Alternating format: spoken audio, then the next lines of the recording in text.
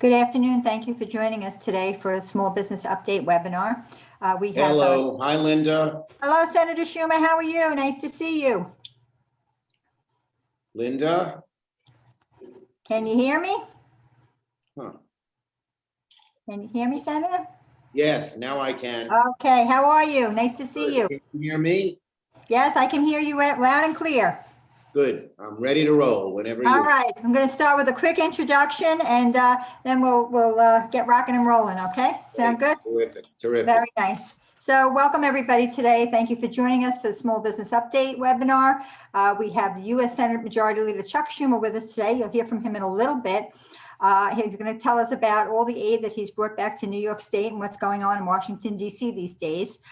Before we get started, I just wanted to mention very briefly that the Chamber is offering support through our Small Business Resource Network. It's a collaborative with the four other borough chambers, and it's really just trying to help small businesses, whether they're members or not, with all of the different things that they're concerned about, with the challenging year that we've had. So whether it's business strategy, financial help, marketing, technology, we have access to restaurant resource specialists, technology specialists. So just want to make sure that the people on the call today are aware of that service if you want to take advantage of it. So at this time, I'd like to introduce our senator. So U.S. Senator Charles Ellis Chuck Schumer started his long career in the New York Assembly back in 1974 and has worked in politics ever since. In January 2021, Senator Schumer became the U.S. Senate Majority Leader, the first New Yorker and the first Jewish leader to hold this position. In Washington, there is a long bipartisan tradition of majority leaders helping their home states out through funding and advocacy. As New Yorkers, we are looking forward to seeing Chuck, our senator, continue this tradition. Throughout his career, Senator Schumer has been dedicated to being a tireless fighter for New York. He visits all 62 counties every year, including Staten Island, and has delivered countless large and small victories across the state, including delivering $20 billion to rebuild after the 9/11 terror attacks and passing a $63 billion relief package to help New Yorkers recover from Superstorm Sandy. Chuck was born and raised in Brooklyn, New York, where his dad owned a small exterminating business and his mom was a housewife. Chuck has two daughters, Jessica and Allison, and he still resides in Brooklyn with his wife, Iris Weinschel. Senator, the last time I saw you, it was when our Staten Island Chamber of Commerce contingent visited Washington, D.C. And you and I shared a high five because we were both found out that we were becoming grandparents. So I understand you have a new grandson. He's probably about 2.5 now. So it's been a while, but I want to congratulate you on that and congratulate you on your esteemed new position. We're happy to have you here. So please take the floor. Well, thank you, Linda. And let me thank you first for the great job you have done for many years as head of the Staten Island Chamber of Commerce, but particularly this year, which we know was such a tough year for all of us and for our businesses. This is one of the worst crises, economic crisis we've had since the New Deal, the worst healthcare crisis in 100 years since the Spanish pandemic flu. And your membership, small business owners, really had to put up with a whole lot. And I'll get to that in a minute, but I did want to thank you because this has been a tough year for you, your membership, and all of Staten Island and all of the country. Thank you. So, but there's some good news. There's some real help is on the way. But before I do that, I think I'm going to tell you a story about my January the 6th. Okay, the best of times and the worst of times. That's what Charles Dickens said was, I think it was the opening line in his book, A Tale of Two Cities. Best of times because on January 5th, there were the elections in Georgia. And in those elections, the two Democratic senators were running, and had they won, I knew that I would become majority leader. Well, I stayed up all night. They had no results. Tuesday night became Wednesday morning. At 2 a.m, I'm punching into the computer and looking at this and looking at that. Finally, at 4 a.m, it becomes apparent they've won. And, my first emotion was one of tremendous joy. Obviously, for any of us, when we've set a goal for ourselves, and it's a very serious goal, it could be a family goal, it could be a personal goal, it could be a professional, business-oriented goal, and you achieve it, your feeling of joy is great. But within a few minutes, I had another emotion, which is a little less expected. And that was one, I would call it, of awe, AWE. Not awe in the sense my daughters used to use it. Hey, gee, Dad, that movie was awesome, or that jacket is awesome. But awe in the biblical sense. When the angels saw the face of God, they trembled in awe.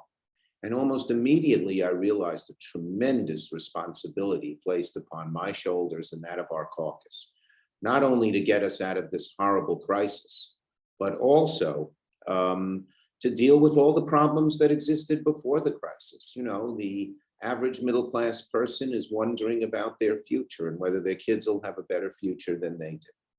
And so I had those two emotions coursing through my veins. I traveled down to DC, but I'm still feeling very happy, very joyous. I get in the car, I couldn't sleep, got in the car at 7:30, got to DC at about noon, got on the Senate floor at 1, my first time as the putative majority leader. And within about an hour of being on the floor, a police officer in a bulletproof vest with a big submachine gun strapped across his waist grabs me firmly by the collar. I'll never forget that feel. And he says, "Senator, we're in danger. You have to get out of here." And you may have seen this because some of it was on the tapes that they showed at the impeachment trial and then later on TV. But we walk out the door. I'm with 2 police officers who are guarding me. We make a right turn. We're walking briskly. We go through that door and then you don't see us. And then 10 seconds later, you see us running back the other way.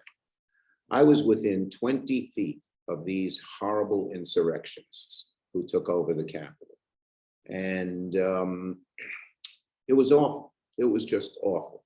One of them had a gun, had 2 of them blocked the entrance. Who knows if I'd even be here talking to you today.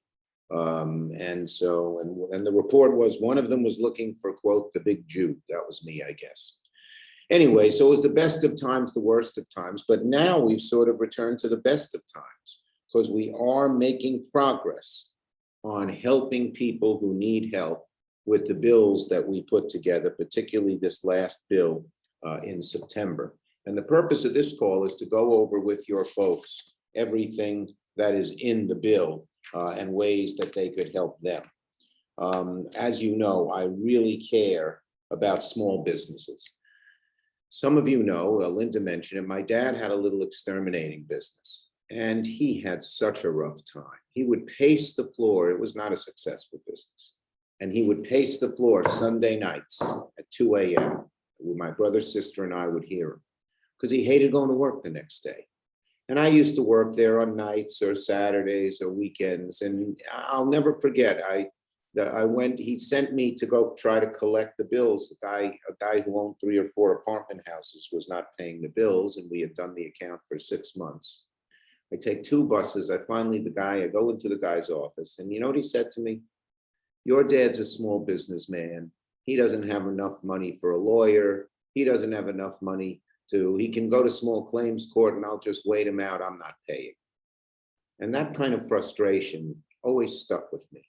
So I really care about our small businesses, and I've worked very, very hard in this bill to help our small businesses, which after all are the mainstay. And we've gotten over $55 billion for New York small businesses, as well as nonprofits. If you're a member of the chamber and you're a nonprofit, you're just as eligible. And incidentally, so are the churches. They're suffering as well. No one's showing up at church. There's no collection plate. And that applies to Protestant churches, Catholic churches, Jewish synagogues, Islamic mosques, anybody. Even the Catholic Church, I worked with the Cardinal because, the limit was 300 an employee, but we do it church by church. So if your parish has over 300 employees, you can't get help, but otherwise you can. But let me go over this relief, which is very, very important. There's $325 billion in new small business and nonprofit relief in the COVID relief package. $284 billion for PPP first loans, and now there's a new second loan option. So if you got the money in the first round, there's another round for you. When we passed it in the first round, and I negotiated this with Secretary Mnuchin, everyone thought that was back last March. And everybody thought he got a year ago. And everybody thought, oh, COVID will be over by the summer. Well, of course it wasn't. So we needed another round, and we've gotten another round. In addition, For restaurants, we've gotten some more money as well. We have gotten something called the Restaurants Act. The first thing I did as majority leader, and I always try to work in a bipartisan way when I can. I'm not going to let progress slow down or stop if we can't get bipartisan. But in this case, there was. And the first bill I put on the floor as majority leader, as you know, the power of the Senate, majority leader is to determine what's on the floor of the Senate, was a bipartisan bill sponsored by Sinema of Arizona, a Democrat, Wicker of Mississippi, a Republican, for larger loans to restaurants. These, in a certain sense, are a grant, and they go for 6 months, and they can be used for all sorts of things.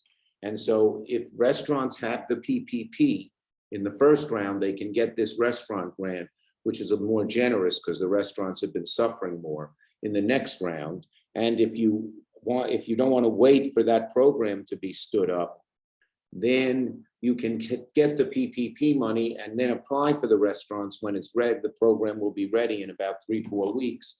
And you'll pay back from the restaurants loan. Let's say you get $100,000 from the restaurants loan, but you've already gotten $10,000 from PPP. You pay that $10,000 back and the other $90,000 stays with you. We also got money from the Save Our Stages Act, like the restaurants, for independent venues, movie theaters, Broadway, and other arts and live entertainment places. We have many of them on Staten Island, and they were going under as well. The places where people gathered the most closely, restaurants, these stages, movie theaters, were the ones going under the fastest. And we went to help there. In addition, we've gotten $20 billion of EIDL grants for hard-hit, underserved smaller businesses, and they get an additional $10,000 or $20,000 grant, and it comes quickly. Okay, so those are some of the things that are in this bill that benefits small business. Now I'm going to go on to other things, but I'll come back to the small business part in a bit. So overall, the bill was $1.9 trillion. I aimed it to help New York. New York will get well over 100 billion between our small businesses and everything else. It also is aimed at the middle class and poorer people, not at the wealthy. The Republican tax cut bill of 2017, the top 1% got, it's estimated, as much as 83% of the money. And they're the wealthiest people in the biggest corporations. They didn't need it. Our bill, the top 1% gets zero, and the rest is spread out among poor people and middle class people, and does it in a very good way. So let me go through some of the things that are in it. As you know, it was a big deal for the city and the state to get direct aid. The previous bills didn't have them. Our Republican friends, Mitch McConnell, was against giving direct aid to New York. We got $12.5 billion in direct aid to the New York State government. That's that plus the money we got for education and mass transit, which I'll get to in a minute, is more than the state's deficit. But we also said that there should be direct money to the local governments, because when the state gets the government, the city often never sees the money. So in addition, there's $6 billion for New York City. That more than covers their deficit. So for those of you who work for the state or the city or get grants from the state or city, they won't be able to complain they don't have enough money and they have to cut your grant or lay people off. That should not happen. In addition, the city money can be used extra for impacted industries like tourism, travel, hospitality, small businesses, nonprofits. So for instance, Linda, if there's a street on Staten Island that's particularly suffering, because let's say a major restaurant is closed and people aren't going to that street, the city can craft a plan where it gives them some of its money to help. Direct payments. I worked in the first bill in March to get everybody a $1,200 direct payment. That gave a shot in the arm to our economy. Well, we wanted now $2,000 direct payments. McConnell wanted zero. We compromised in December at $600 and people got the checks. But I promised if I became majority leader that we would raise those checks so everyone got $2,000.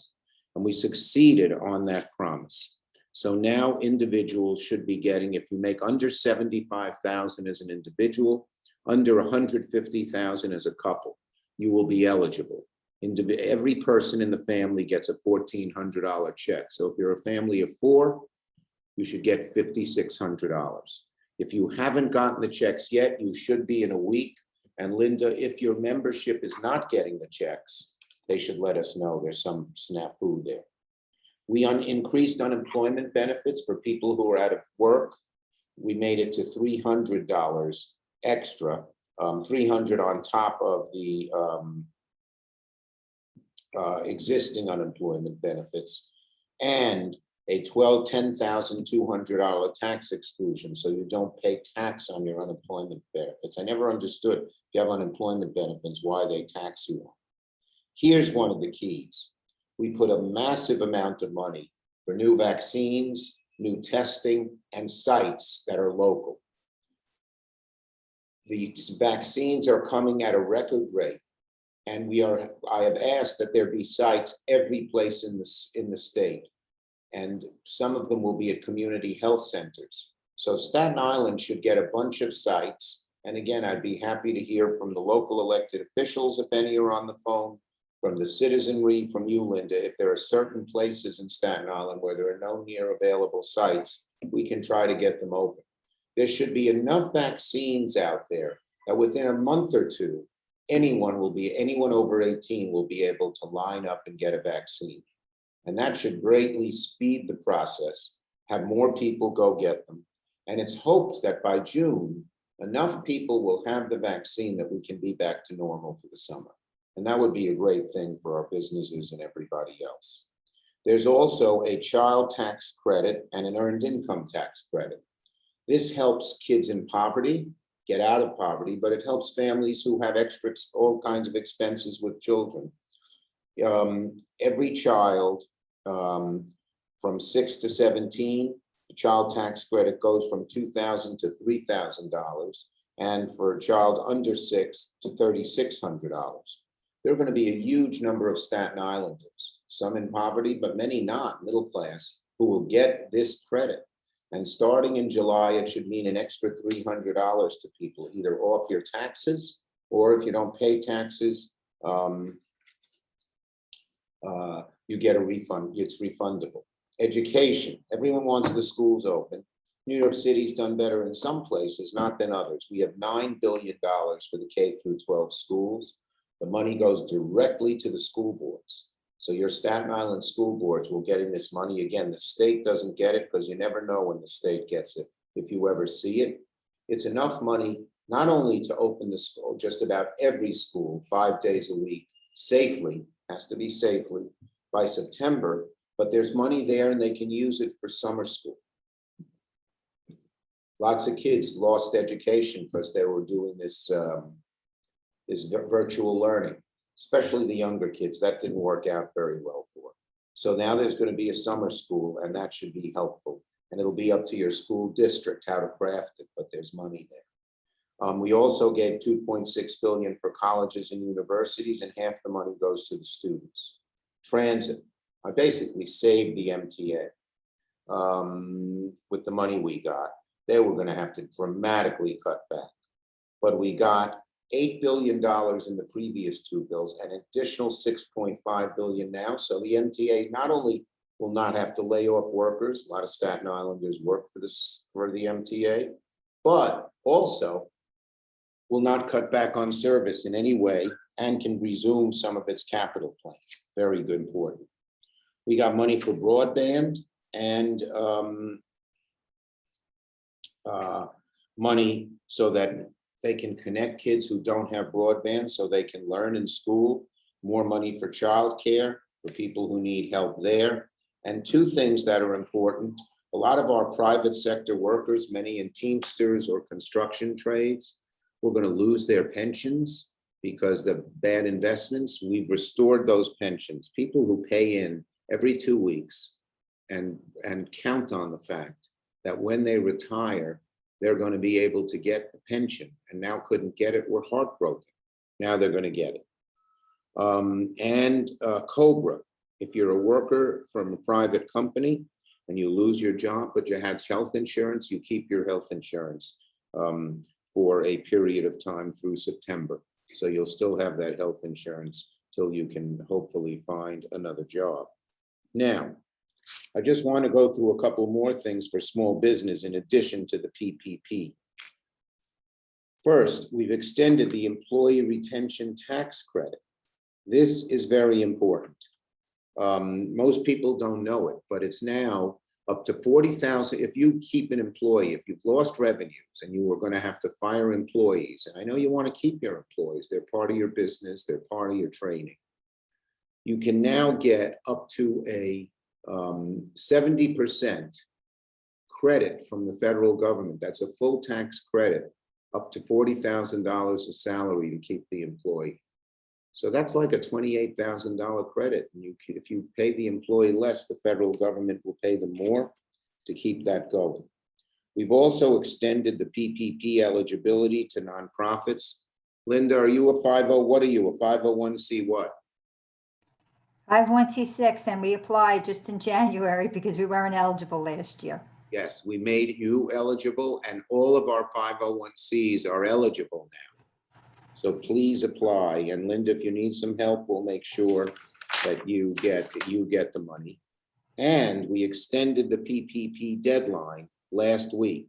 So now you have till June to apply. And let me repeat, for those of you who've gotten PPP the first round, you can get it the second round. Just as importantly, if you were rejected in the first round, you can apply.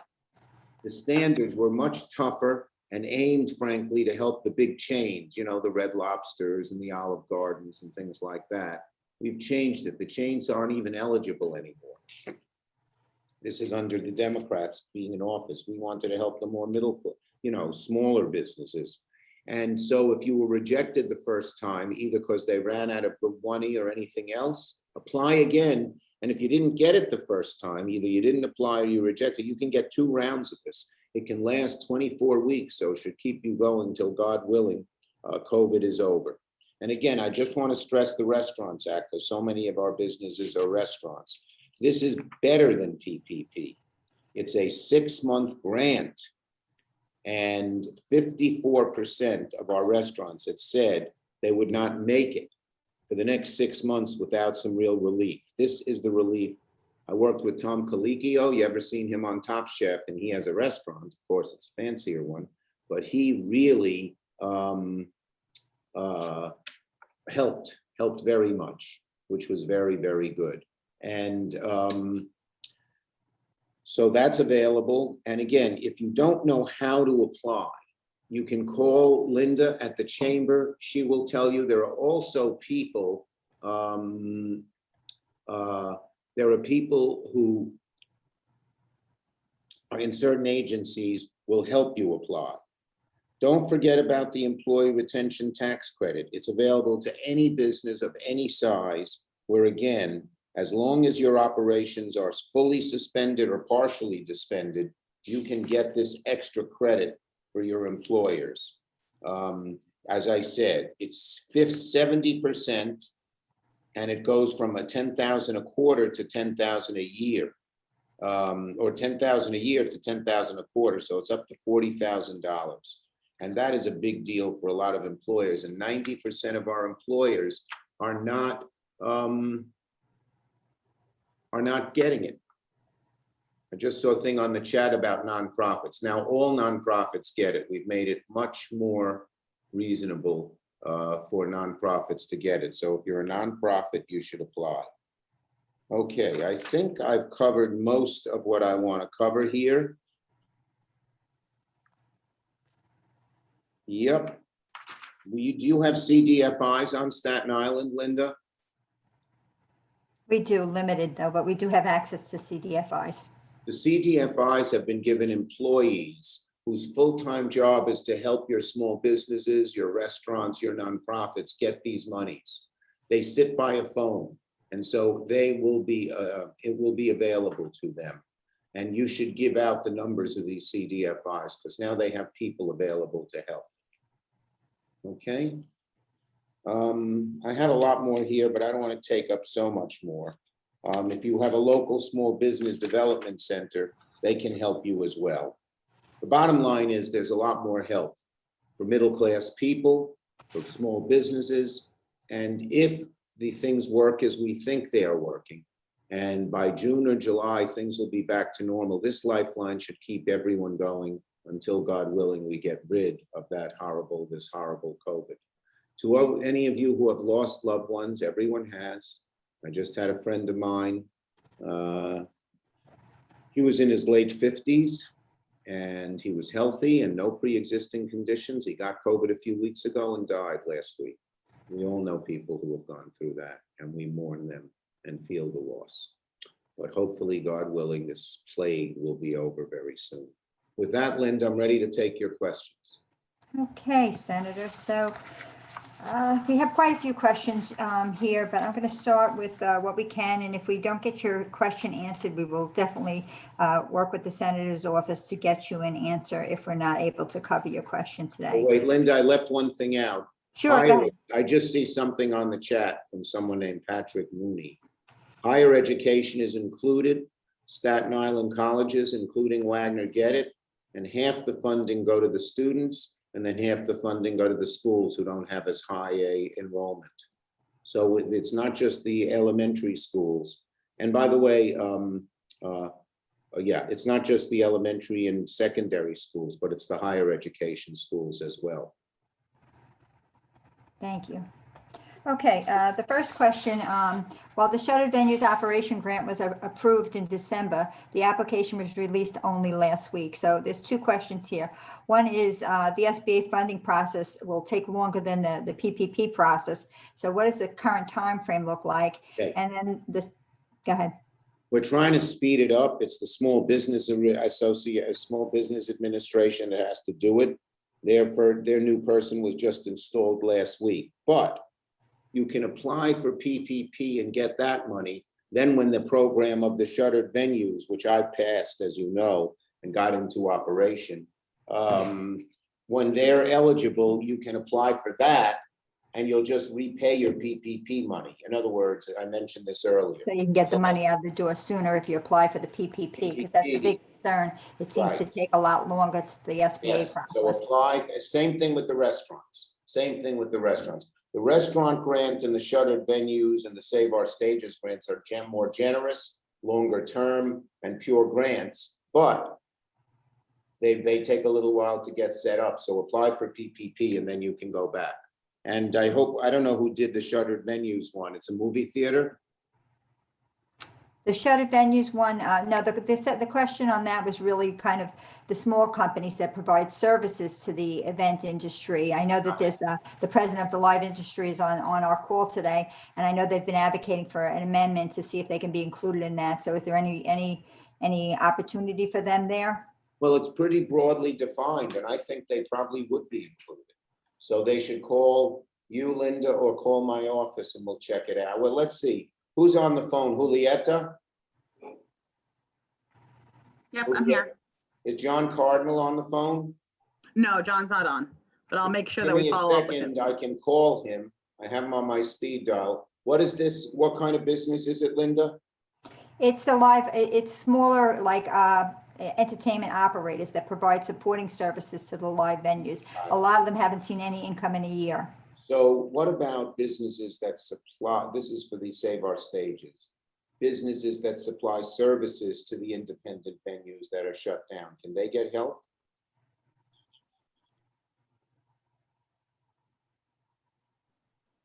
Got it. Right. Got it. Okay, got it. Yeah, they're treated as a small business. So they can get PPP, they can get EIDL, which is 20,000, and the ERTC, which is the deduction.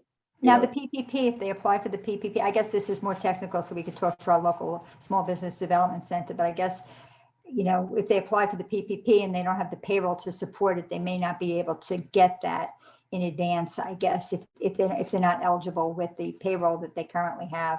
Yeah. But we can follow up on that. Okay. And then I guess too, with the Restaurant Relief Act, you know, recently approved, when will the actual applications come out? Do we know what the time frame is for that? Yeah, they're trying to get it set up as quickly as possible. We're telling them to move fast.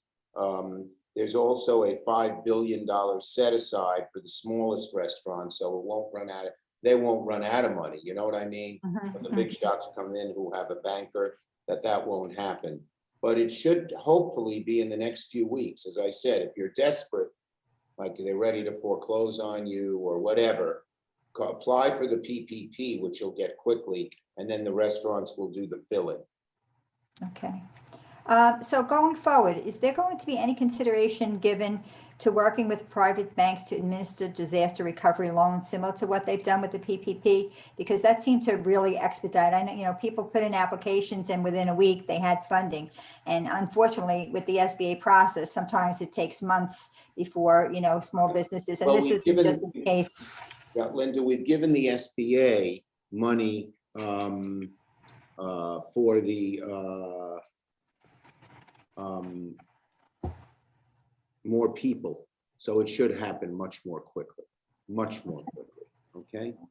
And by And the then- way, just in reference to your last one, there's an EIDL grant, EIDL, which is both a grant and a loan. It could be a grant. So that's a place that business could get some money, the one you mentioned before. It's up to, I believe, $20,000 loan. Yeah. Okay.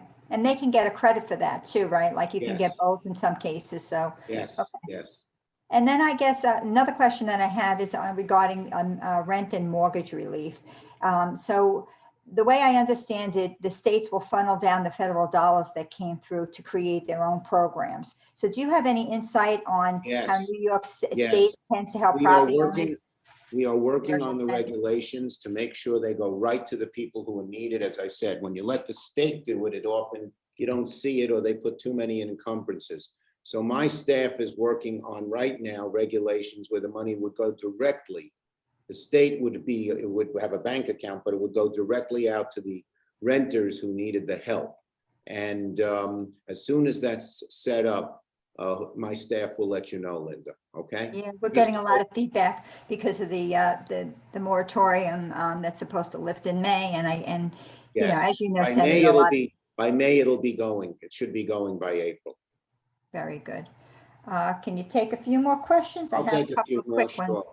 Yeah. So I have somebody here who's basically saying that they just started their business, so they're a new business, and they haven't been able, entitled to take Yes. advantage of these grants. Is there anything that's coming down? We're working on that. Right now, you see, because you had to compare your loss from 2019 to 2020, because if you made money, we didn't want to give you a grant, and that didn't make sense.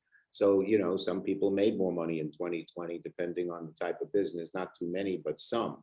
But we're trying, what if you didn't even have a business and you started it out and then it went under? We're trying to work that out. That's not been worked out yet. All right, good. This is kind of a long one, but it's basically, I guess it says, my clients are struggling to find employees because in some cases, the government is giving them more paycheck protection money than their employer paychecks. I understand that people are struggling, but it's hard to find labor. What I'm proposing is a solution to support people who cannot be employed right now as a means to get them back by creating incentives. So I know that's a kind of a long-winded way of asking, but I guess the question. Well, the here old is- one was 600, the new one's 300. There aren't that many people who would be paid the New York minimum wage who would do better not working. Yeah, I guess with the up, we have heard it from like some of the restaurants, I guess. I in know, but I terms of- think it was from the previous one, which was 600. see, This is I now see. 300. Yeah, I see, so it'll come down a I little think bit. so. on I'm that. not sure. Mhm, Yeah, yeah. mhm. And someone is asking, I see on the chat, what about mixed entertainment that do food and beverages, but other things? I think the food and beverage part is eligible. Is that right, Julieta, for the Restaurants Act? I know Yes, that yes, say I believe so, yes. brew pubs are eligible and pubs are eligible. And yes, I think, can I ask that question? Let me try to get them an answer. John Cardinal's our expert, but he's not on the phone here. So if you're this one says, if you're like a bowling alley, but you have a restaurant, are you eligible for restaurant money?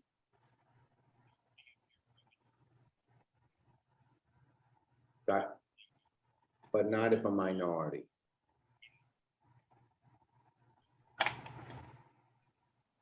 Okay. They're writing rules. You don't have to, a certain percentage of your income has to be food and beverage. They're not sure how much higher.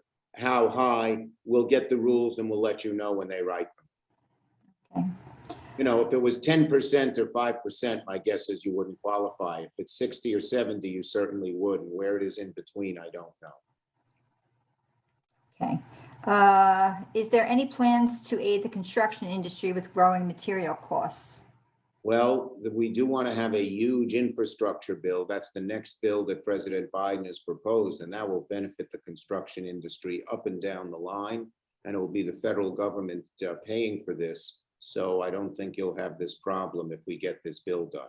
But we need a lot of infrastructure. And that's what, Linda, frankly, that's what gets the economy going better than anything else. That's the time-honored way is, you know, do infrastructure, and that gets the economy going. So I'm very hopeful that the Build Back Better plan of Joe Biden will get, and in the past, infrastructure has gotten bipartisan support. Whether it does this time, I don't know. But we need to do, our intention is to do a very big infrastructure bill, which, by the way, should deal with Gateway Tunnel and many of the other transportation needs on Staten Island and in New York City. Yeah, I've been following that bill because, as you know, we're always a transportation desert over here on Staten Island. Yeah, no, So this trying would, to- like the North Shore and the South Shore, both. This could be, if we have a big infrastructure bill, big projects will finally have some money to get funded. So I would push hard for Staten Island in that regard. You know, trying to make sure that North Shore rail is shovel ready by the time you Yes. guys pass everything. We did benefit the last time around with the I ferry remember. terminal and whatnot. So, and the Okay. Staten Island Expressway, which. All right, we could take one more, Linda, then I gotta go, 1:45. Okay, I guess the last question would be, and this is kind of a little off topic, but any update on the status of the East Shore seawall for us? No, we're continuing, you know, we're continuing to work on it and to monitor it. The money is there. And we think, I think it's getting back on track. I'll get you to a most immediate answer. I haven't, with everything going on here, I haven't inquired for the last month. Julietta, do you know? I'll make sure to follow up with Linda on that one so she We'll can get share you it with the you. answer. Very Yep. good, Okay. very good. We So stay thank you, on Senator. top of it in terms of money and no delay from FEMA. The new FEMA guy is coming before me, you know, the guy nominated in a week or two as majority leader. I get to interview them. And one of the Oh, first good, so we'll questions, keep them on top of Staten Island. and one of the first questions I'm going to ask them is about the seawall. All right. So listen, Senator, thank you so much for taking the Thank time you, with us this Linda. afternoon. We know that you have a very busy schedule, and, you know, the business community, as you said before, this past year has been decimated a lot of sectors and a lot of different people. So we appreciate the time that you spent to explain some of these things to us today. As far as our members that are on the call, if we haven't gotten to your question, we can certainly submit it. I saw some of them were a little bit more technical, so I didn't ask them, but we'll get you an answer. Everybody just hang in there. I know that this is a difficult time, but hopefully with vaccinations out there, we're starting to see a little bit of light at the end of the tunnel. Businesses have been able to start opening back up. I know there's still a couple of sectors that are really struggling, but we're doing the best that we can to advocate on your behalf. And Good hopefully we'll job. start to see Staten some Island hope. Chamber, I want to just tell everyone on the Zoom, Staten Island Chamber does a very good job. Very good job. Thank you. Thank you. And thank you for your longstanding relationship, Senator. Well, All right. I always care about Staten Island, and I will continue to use whatever clout I have as majority leader to help you. Appreciate that very Thank much. you. Take care. Okay, thank you. That'll close our program for today. Everybody have a wonderful day.